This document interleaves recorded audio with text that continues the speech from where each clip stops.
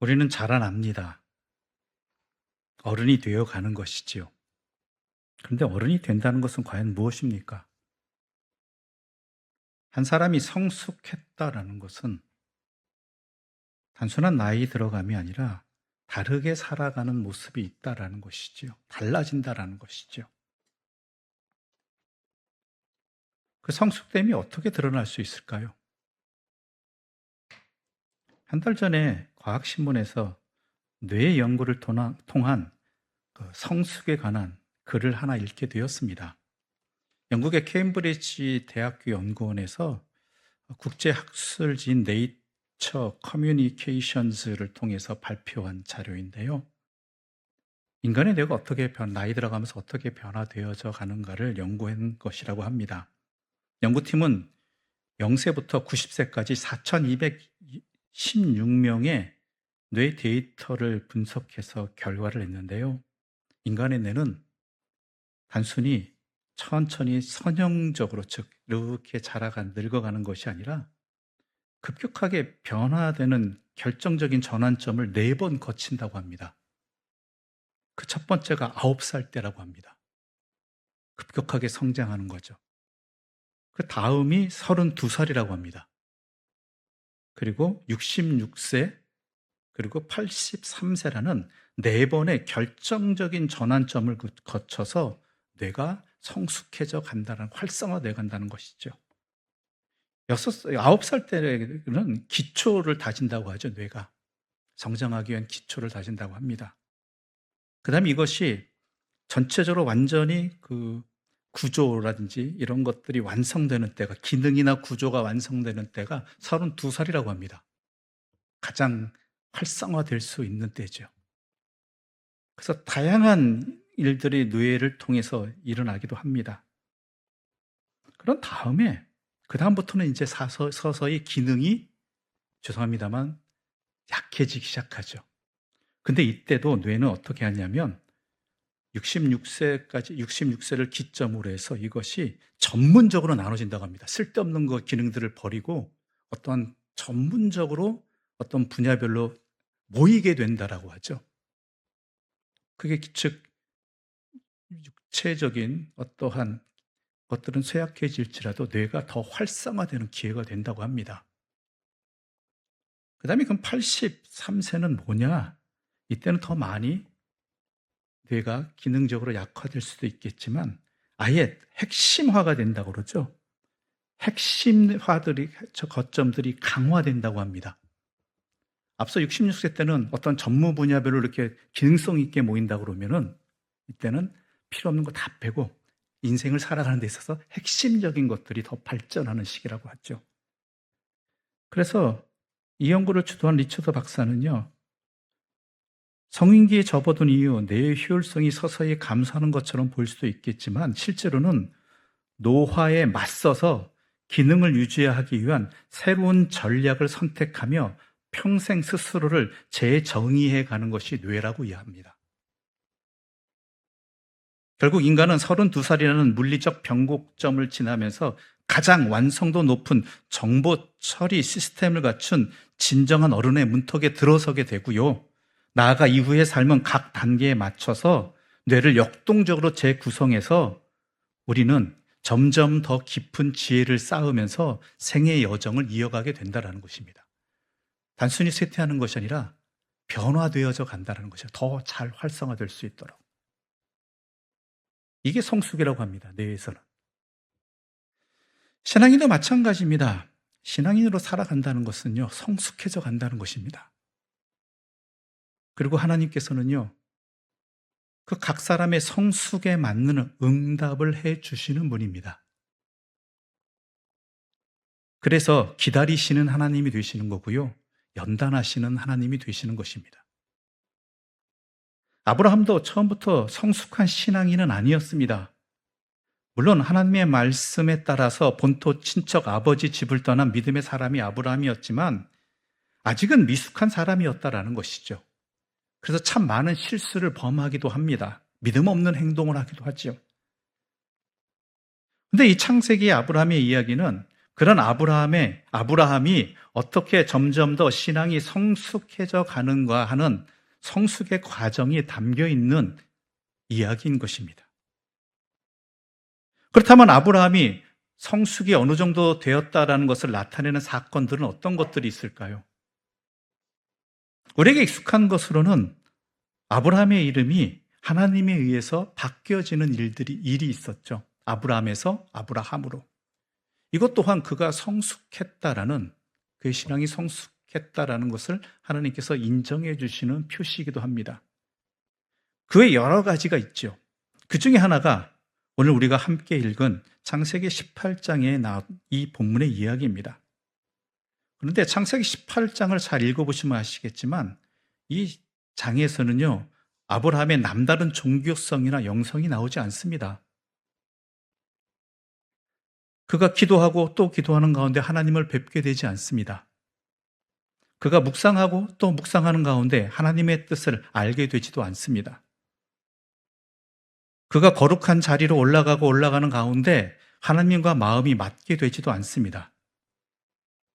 창세기 18장에 나타난 아브라함은 그저 일상을 살아가는 아브라함입니다. 오늘 본문 1절과 2절의 상반절은 이렇게 기록되어 있습니다. 제가 받들었겠습니다. 여호와께서 마므레에 상수리 나무들이 있는 곳에서 아브라함에게 나타나시니라. 날이 뜨거울 때 그가 장막문에 앉아 있다가 눈을 들어 본즉 사람 셋이 맞은편에 서 있는지라. 중동 지역의 한낮을 연상하시면 됩니다. 이 시간엔 그 아무도 일을 할 수가 없습니다. 나들이도 하지 않습니다. 주로 시원한 나무 아래나 천막에서 낮잠을 즐깁니다. 게을러서가 아닙니다.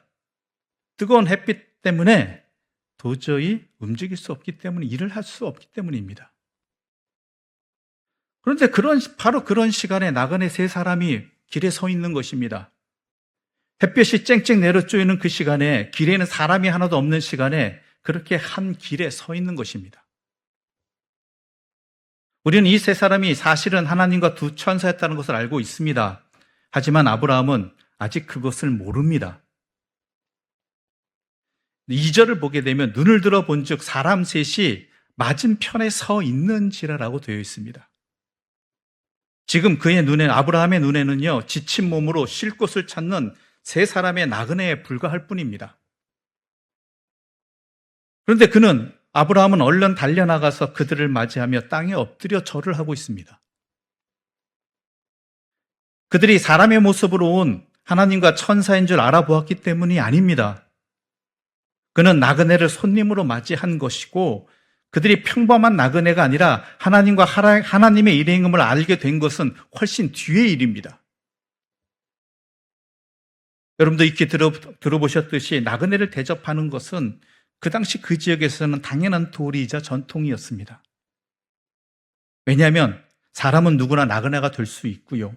또 나그네는 누구나 생명을 잃을 수 있습니다. 나그네를 맞이하는 것은 자기 생명을 지키는 것과 같고, 나그네를 홀대하거나 외면하는 사람은 사람으로서는 해서는 안 되는 일이라는 것이 당시의 당연한 전통이었죠. 아브라함도 다르지 않았습니다. 또한 창세기 19장에서도 롯도 마찬가지로 나그네를 외면하지 않고 맞이하는 모습을 보여주고 있습니다. 그런데 다만 아브라함에게 유난히 돋보이는 것은 아브라함의 자세와 태도입니다.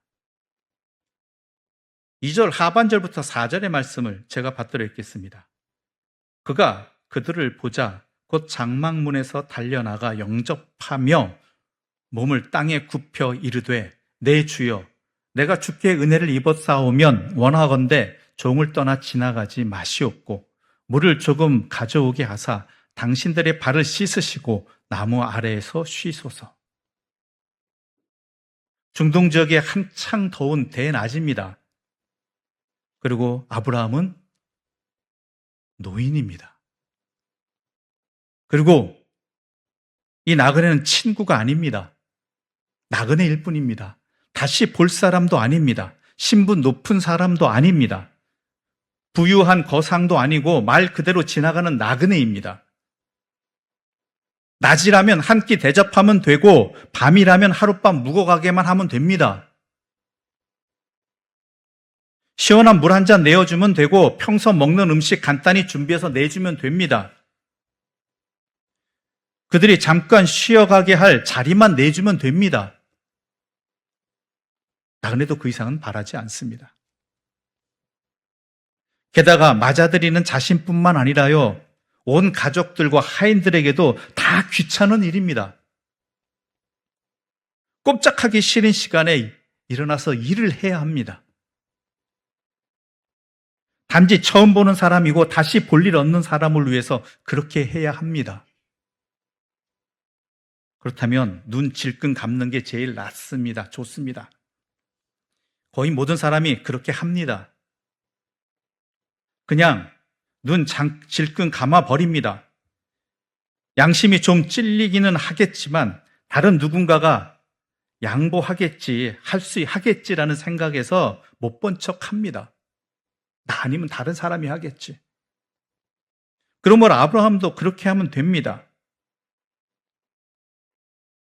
사실은 이미 많은 동네 사람이 그렇게 했을지도 모릅니다. 그들을 본 사람이, 이 나그네를 본 사람이 아브라함이 처음이 아닐 수도 있습니다. 이미 많은 사람들이 보았을 수도 있습니다. 2절을 보게 되면 이 세 나그네가 지금 길을 가는 중이라고 되어 있지 않습니다. 서 있다라고 이야기해요. 서 있다. 무슨 뜻입니까? 이 말은 쉴 곳이 필요한데 지금까지 아무도 맞아들이지 않아서 난처해하고 있음을 나타내고 있는 것입니다. 이유는 모르겠습니다. 어쨌든 그들을 맞이하는 사람들이 없었고, 그래서 그들 역시 그렇게 서서 누군가가 자신들을 영접해 주기를 기다릴 수밖에 없었다는 뜻입니다. 그런데 아브라함을 보십시오. 그 사람, 아브라함이 어떻게 합니까? 2절의 뒷부분을 보게 되면 그가 그들을 보자 곧 장막문에서 달려나가 영접하며 몸을 땅에 굽혔다라고 되어 있습니다. 아브라함의 몸놀림은 젊은이나 하인을 보는 것 같습니다. 나그네를 맞이할 때에도, 그들을 위해 음식을 준비할 때에도, 그들에게 식사를 대접할 때에도 그는 가만히 있지를 못합니다. 보고 있지 않습니다. 말로 하지 않습니다. 달려나가고 뛰어 들어가고 또 달려가고, 그리고는 다 준비되자 서서 시중을 들고 있지요. 기다리던 가족을 맞이한 것도 아닙니다. 자신의 상전을 맞이한 것도 아닙니다. 그저 지친 나그네들일 뿐입니다. 한 번 보고 그만인 나그네들. 그런데 아브라함은 기다리던 사람을 만나기로라도 한 것처럼 빠르게 민첩하게 정성을 다해서 그리고 공손하게 맞아들이고 있는 것입니다. 마치 하나님을 섬기듯 그렇게 그들을 맞이하였다라는 것이죠. 게다가 말하는 것도 들어보십시오. 3절을 보게 되면 내 주여 내가 주께를 입어싸우면 원하건대 종을 떠나 지나가지 마시옵고, 나그네를 가리켜서는 주인이라고 하고 자기는 종이라고 이야기합니다. 당시에는 상대에게 최고의 예우를 베풀 때 사용하는 표현들입니다. 말 그대로 최고의 예우를 했다라는 것이죠. 그리고 다시 불이 나게 움직이죠. 6절을 보면 급히 장막으로 가고요. 또한 장막에 분명히 쉬고 있을 겁도 없이 쉬고 있는 아내를 재촉해서 떡을 만들라고 합니다. 7절에서는 또 급히 가축 있는 곳으로 달려갑니다. 직접 기름지고 좋은 송아지를 고르고는 하인들에게 잡아 요리하라고 합니다.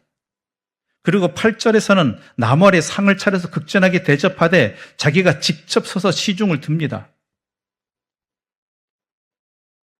본문에 나오는 아브라함의 행동이나 말과 관계된 모든 단어들에는요, 온갖 정성과 관심과 사랑과 배려가 듬뿍 들어 있습니다.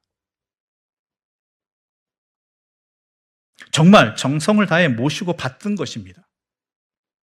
그들의 이름도 모릅니다. 나이도 모릅니다. 지위도 모릅니다. 하지만 정말 왕을 섬기고 하나님을 섬기듯 그렇게 모시고 받들어 섬겼다라는 것이죠. 오죽하면 히브리서 13장 1절을 보게 되면 형제 사랑하기를 계속하고 손님 대접하기를 잊지 말라. 이로써 부지 중에 천사들을 대접한 이들이 있었느니라고 아브라함의 이야기를 증거하고 있지 않습니까?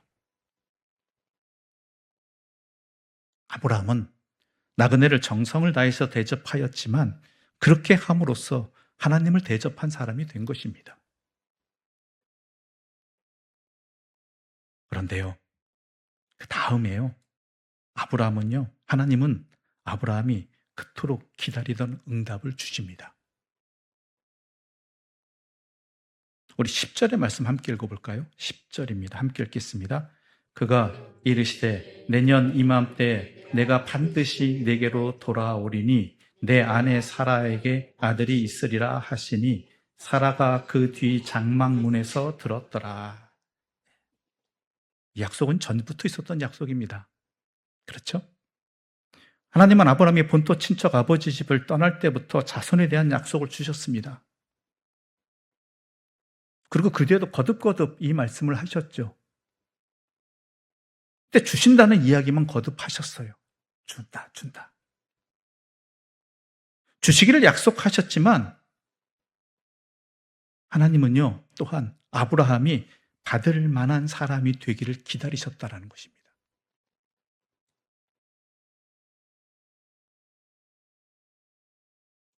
그리고 아브라함은 나그네를 섬기는 모습을 통해서 하나님의 약속에 대한 확증을 받았습니다. 언제요? 내년 이맘때 반드시. 그전엔 주시겠다고만 하셨지 언제란 얘기는 전혀 안 하셨거든요. 아브라함의 믿음이 그만큼 성숙해졌다라는 이야기입니다. 하나님의 약속을 받을 만한 사람이 되었다라는 것입니다. 솔직히 성경의 이야기를 보면요, 아브라함이 하나님의 약속에 대해서, 주시겠다는 약속에 대해서 얼마나, 그 약속을 이루기 위해서 얼마나 많은 어리석은 선택을 했었습니까? 그래서 후환을 남기기도 하였죠. 근데 하나님이 안 주신 게 아니라요, 아브라함이 받을 만큼 성숙하기를, 자라기를 바랬다라는 것이죠. 아직 받을 만한 그릇이 안 되는데, 성숙하지 않았는데 그것을 주면요, 제대로 사용을 못하고 주신 은혜를 누리지 못한다라는 것이죠. 은혜로서 누리지 못한다라는 것입니다. 여러분 자녀들에게도 마찬가지 아니겠습니까? 주고 싶은 마음이야 굴뚝이죠. 근데 내 자녀가 받을 만한 만큼의 자랐다, 자격이 됐다, 될 수 있겠다 할 때 그때 주지 않습니까?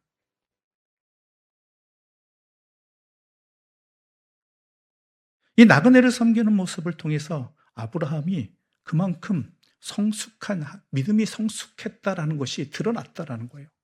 그러니까 하나님께서 내년 이맘때 반드시 너에게 아들이 있을 것이다라고 확증을 해주시는 것이죠. 주시는 것이죠. 또한 그리고 아브라함은 그렇게 함으로써 하나님을 영접한 자가 되었을 뿐만 아니라 하나님의 계획을 듣는 사람이 되었습니다. 17절 말씀 우리 함께 읽어볼까요? 17절입니다. 함께 읽겠습니다. 여호와께서 이르시되 내가 하려는 것을 아브라함에게 숨기겠느냐. 나그네를 대하는 아브라함의 마음과 자세를 보니까 이제 아브라함과는 아무런 격이 없이 지내도 되겠구나, 이런 말씀입니다. 이렇게 사람을 대하는 아브라함을 보니까 정말 아브라함과 이 땅을 향한 하나님의 계획도 들려줘도 되겠구나 하는 그 말씀입니다.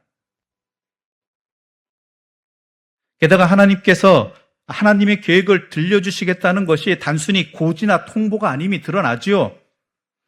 하나님은 아브라함에게 소돔과 고모라의 죄를 심판하시겠다는 뜻을 밝히십니다. 그런데 아브라함은요, 거기에도 의인이 있을 터인데 모두를 함께 심판하시는 것이 주님이 하실 일이 아니라고 또한 말하죠.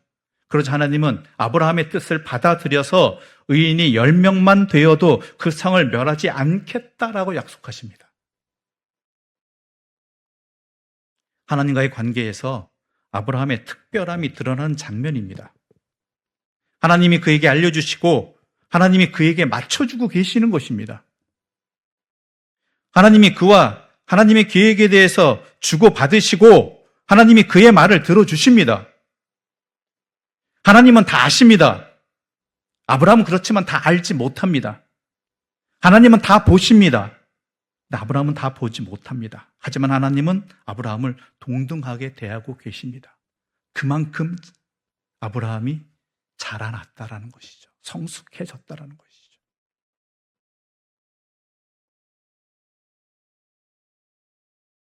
아브라함은 나그네처럼 보잘것없고 약한 사람들을 조건 없이 잘 받아들이고 모셔서 하나님의 복을 받았습니다.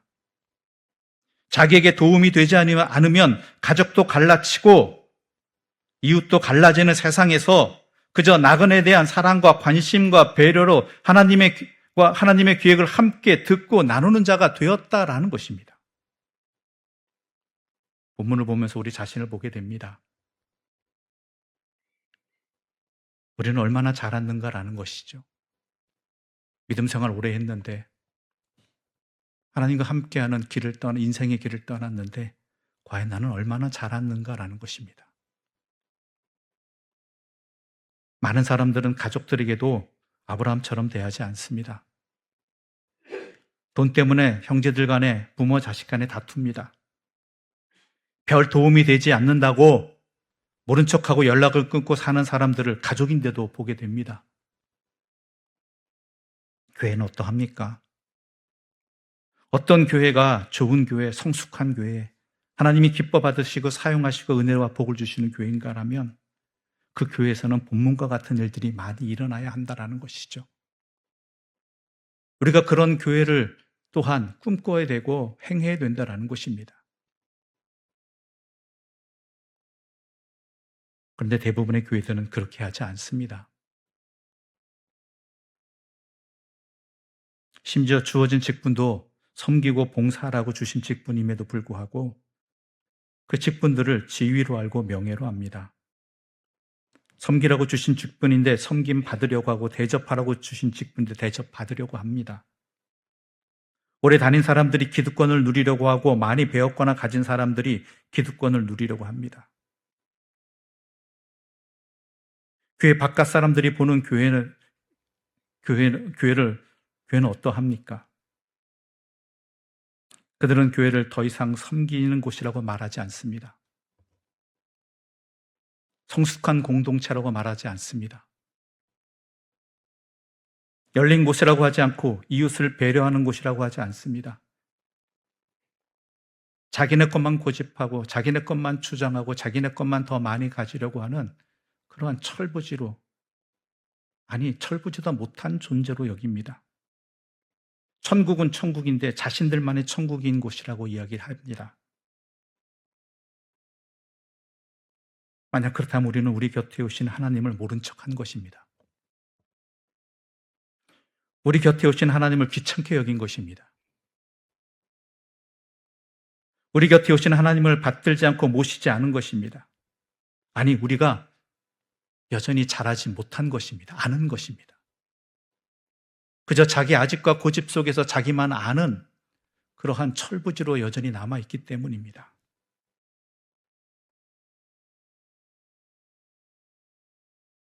우리의 믿음이 더 깊어졌다는 것, 우리가 성장했다는 것은 바로 우리 곁에 있는 이웃들을 하나님 섬기듯 섬기는 것으로 나타나는 것입니다. 집에서든지 교회에서든지 사회에서든지 할 수 있는 한 그렇게 해야 한다라는 것입니다.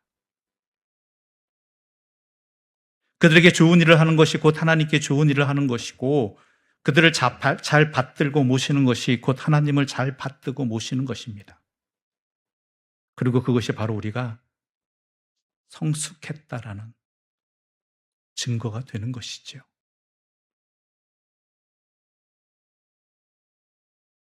우리 교회가 그런 교회가 되기를 바랍니다. 멈춰있는 철부지가 아니라 점점 자라나는 교회가 되기를 바랍니다. 아무쪼록 모든 사람들에게서 하나님을 보는 사람들이 되기를 바랍니다. 우리 교회뿐만 아니라 함께 있는 모든 성도들이 그렇게 되기를 바랍니다. 그렇게 할 때 우리는 알지도 못하는 사이에 하나님을 영접하는 영광을 누리게 될 것입니다. 그리고 그렇게 할 때 우리는 단지 이웃을 섬겼지만 하나님은 하나님을 섬긴 것으로 받으시고 우리에게 예비해 두신 그 은혜와 복을, 아니 그 이상의 더 큰 은혜와 복을 주실 것입니다. 그러므로 우리가 해야 할 일은 뭐겠습니까? 잘 자라는 것입니다. 잘 자랐다는 것이 이웃을 향한 우리의 시선과 우리의 마음과 우리의 역할이 달라지는 것이고, 그들을 향해서 마음을 열고 정성을 다해서 하나님을 섬기는 일에 우리가 최선을 다해야 되는 것이고, 그 일이 우리의 기도 제목이 되어야 되고 우리의 목표가 되어야 되는 것입니다. 교회는 바로 그러한 일들을 함께 훈련하고 나누는 장이 되어야 되고, 이러한 훈련의 장을 통해서, 함께함을 통해서 여러분들 각자가 삶의 자리에서 바로 이렇게 믿음이 잘 자라난 사람으로 이웃과 함께 살아가는 그러한 삶으로 이어져야 하는 것입니다. 우리가 자라났다는 것은 다른 것이 아닙니다. 바로 그것을 통해서입니다. 그럴 때 하나님께서 각자에게 허락해 주시는 은혜와 복이 때가 되었으니, 이만큼 자랐으니 내가 너에게 주겠다라는 하나님의 은혜와 복을 받고 누리고, 또한 은혜와 복을 복답게 또한 살아갈 수 있는 주님의 사람들이 될 것입니다. 일상에서, 사람들과의 만남에서, 특별히 어려운 이웃들 간의 관계 속에서 잘 섬기는 신앙인으로 잘 자라나시기를, 그런 가정이 되고 그러한 우리 갈릴리 교회가 되기를 간절히 소망합니다.